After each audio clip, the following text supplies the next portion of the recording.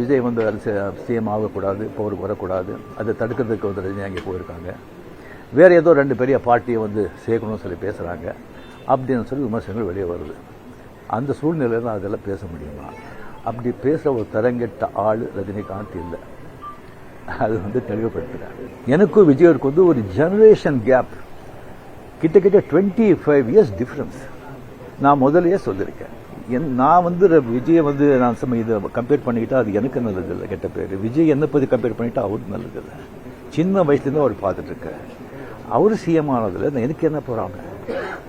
அது இன்னும் இவ்வளோ சின்ன வயசில் 52 வயசில் எம்ஜிஆர் என்டிஆர் சாதனை பண்ணுறதை விட அதை விட ஜாஸ்தி.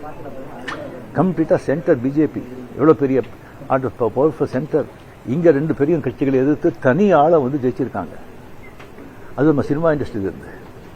எனக்கு அது பொறாமை இல்லை, ஒரு ஆச்சரியம் கலந்த ஒரு சந்தோஷம். யார் அப்ரிஷியேஷன் சூப்பர். ஸோ அந்த பொறாமையும் இல்லை.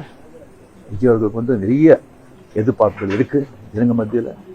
டெஃபினட்டாக அந்த எதிர்பார்ப்பெல்லாம் அவரை சந்தித்து மக்கள் நல்லது செய்யணும், செய்வாங்கங்கிற நம்பிக்கை எனக்கு இருக்குது. அவருக்கு அதிக வாழ்த்துக்கள்.